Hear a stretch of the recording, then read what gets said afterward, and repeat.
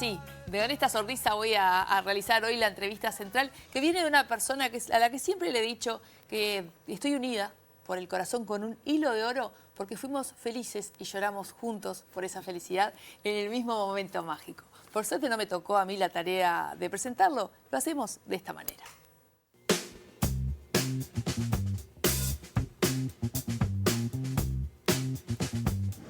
Y la verdad que si tuviera que escribir a mi padre, lo escribiría como una persona humilde, muy sencilla, con muchos valores. Le gusta el asado, le gusta mucho la playa, también la piscina, la naturaleza en sí. Y nada, y que lo queremos mucho.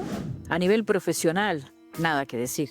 Ustedes ya lo conocen. Forma parte de una de las voces más destacadas del fútbol uruguayo. Forma parte de la idiosincrasia, de esa cultura futbolera de nuestro país. Nos pasa siempre. Se acercan familias completas a decirnos, mi abuelo lo escuchaba, mi padre lo escuchaba y hoy lo escucho yo. Y bueno, eso realmente tiene un valor simbólico y sentimental que trasciende al trabajo profesional porque transmite realmente la calidad humana, la pasión y el compromiso por lo que hace, que es parte de su identidad. Realmente saben quienes lo conocen que no miento, que es una de las personas más solidarias, más generosas, y aunque a veces no lo parece, y parece un hombre recio, es uno de los hombres más sensibles. Nada de lo humano le es ajeno, siempre está pendiente de lo que le pasa a todo el mundo. Siempre digo yo que si él recibiera apenas un 1% de lo que ha dado, sería uno de los hombres más millonarios de este país. La cantidad de cosas que hace y se preocupa por los otros, siempre hay una llamada, siempre hay una preocupación de él por lo que le pasa a los demás. Un gran padre, un gran abuelo y un gran compañero de ruta.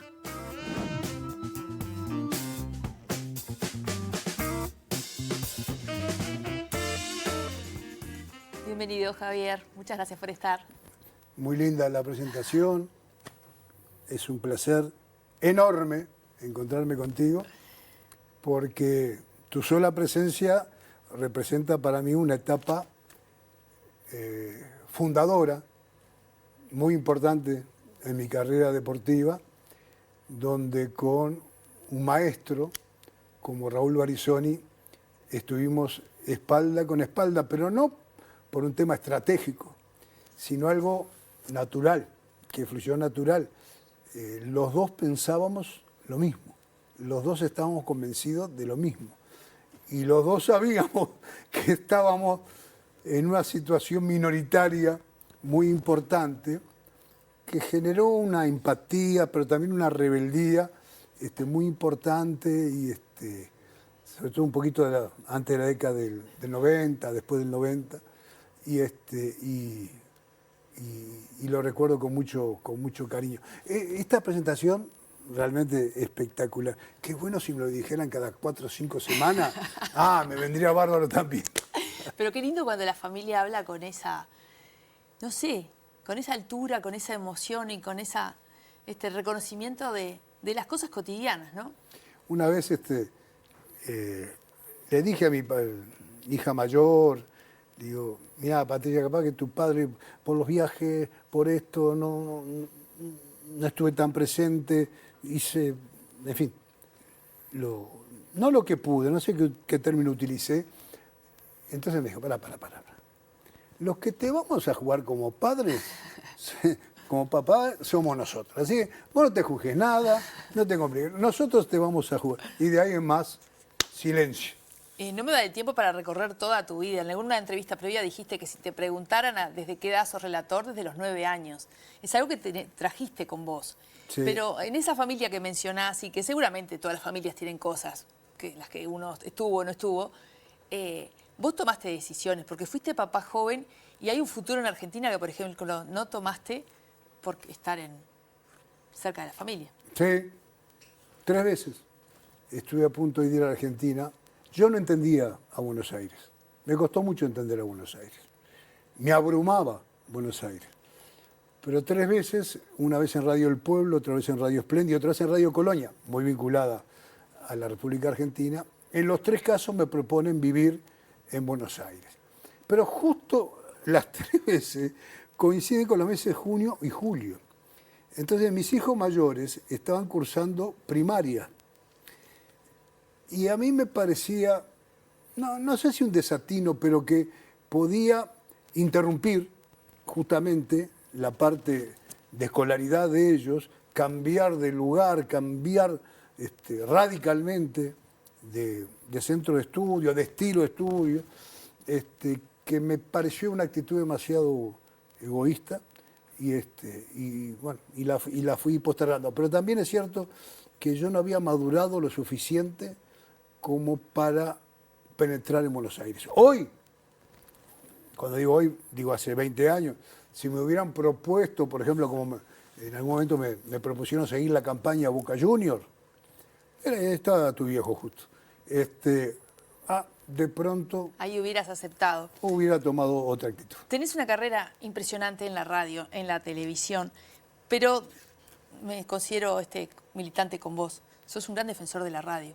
Hace poco publicaste en una de tus redes sociales una entrevista, no recuerdo el nombre del señor, pero que hablaba de que la radio no murió, que se ha transformado y que sigue, me encantó esta frase, sigue siendo el lugar en donde la gente se siente en casa. Sí, yo digo, me tocó por razones no vinculadas estrictamente a lo del fútbol, por otra razón, ir mucho al interior del país. Y si bien yo suponía algunas cosas, pero cuando estás frente a un matrimonio de distintas edades, a hijos, y te dicen, usted forma parte de nuestra familia, usted forma parte de nuestros mejores recuerdos, usted forma parte de los días que lloramos por angustia, y sos uno más. Bueno, ¿a qué voy con esto? Y a la pregunta. La radio, en su diversificación, sin perder lo tradicional, yo estoy convencido que por más cantidad de plataformas electrónicas que existen, tecnológicas, siempre la radio, AM, FM, va a tener un lugar señalado. Pero la radio se amplifica, la radio sigue viviendo y viviendo con mucha salud en otras expresiones tecnológicas. Me da la sensación que es prácticamente imposible de que se vaya erosionando, de que vaya perdiendo vigencia. Por el contrario, se está multiplicando. Yo no logro ver, perdón la autorreferencia, pero no logro ver algunos goles, algunos relatos sin llorar. Carlitos Muñoz me pasa bastante con tanto los de Ghana como los del 87. Pero tu relato del gol de Peñarol en la final de la Copa Libertadores, llorás. Y yo lloro contigo cada vez que lo escucho. Hay lugar para esa emoción hoy. Hoy estaba hablando más temprano de una violencia, a veces una radicalidad en los enfrentamientos. ¿Hay lugar para seguir mostrando así la emoción más genuina en los medios de comunicación? Mira, yo me lo planteé muchas veces. Me ha tocado ser, entre comillas, docente de relatores de radio y televisión. Y una de las cosas que yo más les he inculcado con mucha modestia, no sé si fueron receptivos, prestaron atención, es que en lo posible, salvo excepciones, el profesional debe dominar la pasión del relator. Es muy difícil cuando hay un gol uruguayo en el exterior ser profesional al máximo, pulcro, limitado, con límites. Es muy difícil serlo. Entonces ahí el corazón le va ganando al profesional. Yo lo que pido, por lo menos, es un equilibrio, ¿no? Pero hay momentos. Y ese fue uno. Ese fue uno. Pero supongo que... Y te voy a decir tres. Mira, eso mismo te voy a preguntar. hay miles, hay decenas. El de Aguirre, el de Tony Gómez, el penal de Tony Gómez, pero lo de Ostolaza antes había sido muy importante. Y hay un gol que yo hasta recuerdo a mi padre, por supuesto que no me escribo nada, pero ese gol que le hace Suárez a Corea. ¿Pero por qué? Muchos más dirán, Máximo quiere quedar bien con Tania. No me importa. Porque éramos muy poquitos que creíamos en la planificación de tu papá respaldada por la sobriedad, la capacidad del doctor Pastorini. Pero la base era el proyecto. Y veníamos de la nada prácticamente, ¿no? En el 2010, un campeonato conflictivo con grandes jugadores, con buenos técnicos, el anterior, el del 2002, 2006 no fuimos. Y ese gol de Suárez, que nadie lo recuerda, más, lo recuerdan, pero no se dan cuenta de la trascendencia. Y yo lo grito a más no poder. Desaforado. ¿Pero por qué? Por ese gol aseguraba que Uruguay ingresara, por lo menos, en las primeras 8 plazas del campeonato del mundo. ¿Y qué significaba eso? Que el proyecto iba a seguir vigente, que el proyecto iba a seguir caminando. Porque había Bueno, gente en la entrevista preocupada central, en sí. seguir con aspectos deportivos, aspectos técnico-tácticos y aspectos políticos. Y aspectos de política también. Las cosas hay que decirlas como son. Bueno, y cuando anota el gol Suárez, yo digo, está. Lo gritás como loco. La No, voy y a el buscar. proceso no termina. O sea, podemos trabajar en serio. Ojalá las cosas dependieran de los goles, Javier, ni ahí. Pero bueno, son misiones. Yo me acuerdo de ese gol. Me lo voy a buscar porque no Ese día lloré. recuerdo el relato. Sí, lloraste también. Y después le pregunté a una persona, digo, pero yo esperaba la respuesta. Una persona que habla poco, sabe mucho, capaz que se acuerda si está viendo esto, y le digo, ¿usted qué gol sintió más? Yo esperaba esa respuesta. Y me dijo, el segundo contra Corea. Lloré. Qué emoción. Lo mismo que le pasó a él, me pasó a mí. Algún día lo puedes preguntar. Bueno, hablando de sincronías, tenemos una sincronía también con el carnaval. Y con esa esquina de Roberto Koch y Margarita Uriarte Herrera, yo no puedo creer, porque mi abuela paterna, vivía en Termópilas. Entonces, ese lugar de carnaval era un lugar de corso también en mi infancia, ¿no? Pero hubo un tablado espectacular ahí. Fui como me presidente de un tablado. Es lo que me cuenta la historia. Cuando me hablan a mí de carnaval, yo fui presidente del último tablado que no cobró entrada. Roberto Koch y Margarita Uriarte Herrera. Había un local de la esquina de un espacio político donde practicaba la Gran Clásica. La Gran Clásica. Y la Gran Clásica fue primera. Así que imagínate, de haber sido fue espectacular. Y fue una éxito. experiencia mía notable. En el escenario, por ejemplo, había un lugar como para el jurado, ¿viste? Entonces estaba el jurado de gente amiga, actuaba el conjunto y el jurado daba una nota simbólica, y después todos los pesitos que se recaudaban, los panchos, los refrescos, era para pagar a conjuntos que eran de muy buen nivel y que le daban al barrio, yo qué sé, al Cerrito de la Victoria, Brazo Oriental, Atahualpa, a todos los barrios de la zona, le daban una cosa muy, muy especial, muy popular y muy integradora. ¿Qué de todas estas cosas que hiciste pensás que nacieron de esa relación, qué privilegio, de esa relación que tuviste en tu infancia, adolescencia, nada más y nada menos que con Obdulio y Atilio García, que eran amigos de tu padre? Pues es que yo creo, debo decir por primera vez, yo creo que hay gente que le molesta que yo haya compartido tantos años, no con los jugadores, con los hombres, con los seres humanos, ya en una etapa madura de Obdulio Varela y Atilio García. Yo recuerdo todo, eran mis años muy frescos, recuerdo todo, sus grandezas, sus ejemplos inolvidables, alguna macana, como todo ser humano. Los códigos de aquella época, ¿no? De cuando hablan los mayores y te mandan callar, te callás. Obdulio, por ejemplo, entre otras cosas, Obdulio hablaba con los gestos.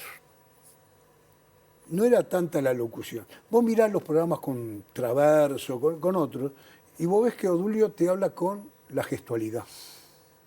No es tanta el léxico, que tampoco era un negado. Pero ¿qué de esos dos gigantes que supieron compartir un montón de cosas? De Atilio García. ¿Sentís que te pudiste quedar, que tenés vos, que tenés que agradecerles a ellos que te lo dejaron? De Atilio García, la humildad de un grande, me levantaba el pantalón y los tapones marcados de los zagueros contrarios eran huecos de petróleo, eran pozos de petróleo. Era una cosa... Después jugamos a las cartas juntos, me hacía trampa, Atilio, un fenómeno. No le gustaba hablar de fútbol en el club, trataba de evitar. Había sido tan grande, ¿qué iba a hablar de fútbol? Y Odulio ya fue distinto. Odulio, yo fui como un mandadero de Odulio. Pero no solo en las cosas menores, que los cigarros, que el vino cortado, que haceme tal mandado.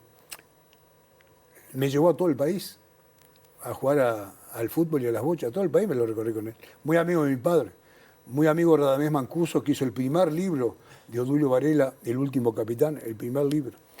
Y le vi actos de una sensibilidad, no voy a hacer los ejemplos, de un humanismo que yo pocas veces vi y me di cuenta ahí, por algo fue líder.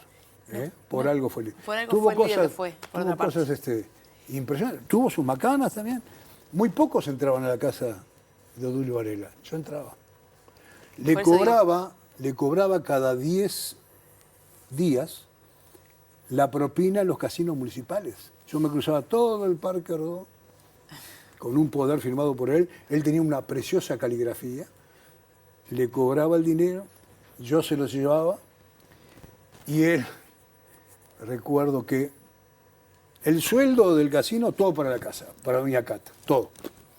Y él se revolvía con los dineritos, ahí va, de la propina. Entonces, No sé. él cumplía ahí, no deuda, sino alguna situación que debía. Se guardaba la plata del 174, Y me después- hacía tomar 2 refrescos, yo quería uno solo, pero me decía otro, y yo lo miraba, ya tomé.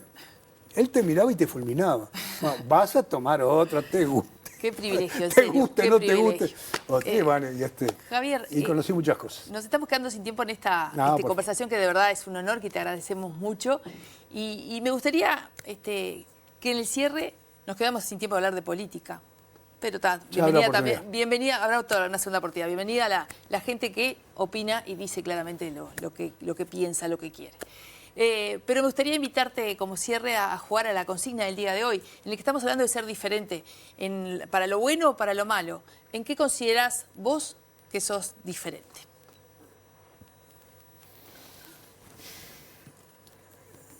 En un minutito. Y a mi edad, seguir siendo un soñador, seguir teniendo la utopía, como decía Galeano, de Persigue la movilizarte aunque no llegues.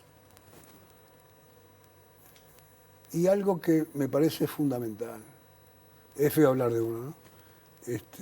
Ser solidario, dar cuando no tenés y dar cuando tenés, pero sobre todo cuando te duele, en el corazón y en el bolsillo. Y yo me precio de haber dado cuando no he tenido, y mi familia lo sabe. Y bueno, y eso, me miro al espejo y me reconozco, soy el mismo muchacho de Nuestra Señora de Fátima, de Sagrada Familia, del Instituto de Filosofía, Ciencia y Letra, de cuando jugaba al fútbol en la calle, en Viejo Pancho y Valdomir.